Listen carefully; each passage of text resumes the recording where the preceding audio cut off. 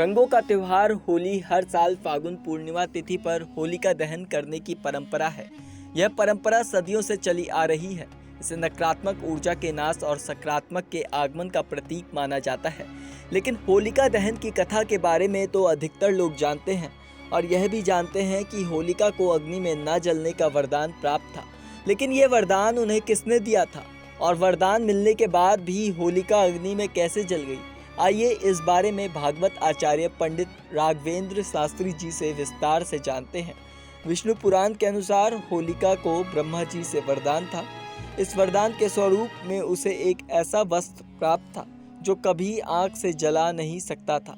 होलिका ने ब्रह्मा जी के प्रसन्न करने के लिए कड़ी तपस्या की थी, जिसके बाद ब्रह्मा जी ने उनकी तपस्या से प्रसन्न होकर यह वरदान दिया था। ब्रह्मा जी ने होलिका को यह सब वस्त्र देते हुए उसे यह भी कहा था, जब जब होलिका इस चादर को ओढ़ेगी तब तब उस पर आग का प्रभाव नहीं पड़ेगा और उसे अग्नि जला भी नहीं पाएगी। लेकिन फिर भी कई लोगों के मन में यह सवाल आता है, जब होलिका को स्वयं ब्रह्मा जी का वरदान प्राप्त था तो इसके बावजूद भी वह अग्नि में कैसे जल गई?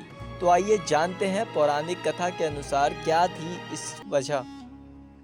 पौराणिक कथा के अनुसार होलिका को अग्नि में न जलने का यह वरदान ब्रह्मा जी ने दिया था। लेकिन यह वरदान उन्होंने होलिका को एक शर्त के साथ दिया था। ब्रह्मा जी ने होलिका को वरदान देते हुए यह शर्त भी रखी थी, अगर इस वरदान का उपयोग अगर वह किसी निर्दोष के लिए करेगी तो इसमें वह स्वयं नष्ट हो जाएगी। वहीं जब होलिका अग्नि में जब बालक प्रहलाद को लेकर बैठी, जो कि विष्णु भक्त होने के साथ साथ निर्दोष था, होलिका अपने छल व पाप व निर्दोष को नुकसान पहुंचाने की मंशा के कारण अग्नि में जलकर भस्म हो गई। फिलहाल इस जानकारी में इतना ही। मेरा नाम प्रवीण उपाध्याय है और आप देख रहे हैं नेक्स्ट स्पिरिचुअल।